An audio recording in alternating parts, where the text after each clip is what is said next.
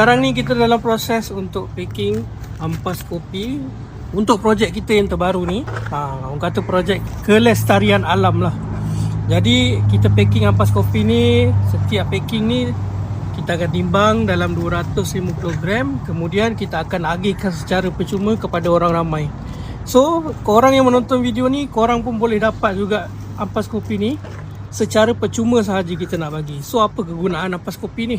Ampas kopi ni salah satu kegunaan dia sebagai baja pokok ataupun baja tanaman lah. So kalau kata korang tu ada tanam sayur kat rumah ke, boleh gunakan ampas kopi ni untuk dijadikan baja. Dan insyaAllah bergunalah untuk korang. Kita tak akan bagi benda yang tak berguna pada orang. Sebab projek ni adalah projek CSR, projek untuk memberikan sesuatu yang berguna untuk masyarakat. Jadi sekarang kita dalam proses untuk packing.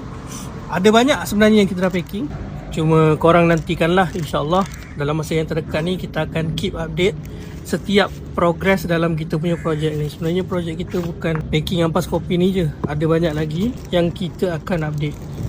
So stay tune, jangan lupa like, komen dan juga share video ni. Dan jangan lupa follow kami di setiap platform social media Coffee Star.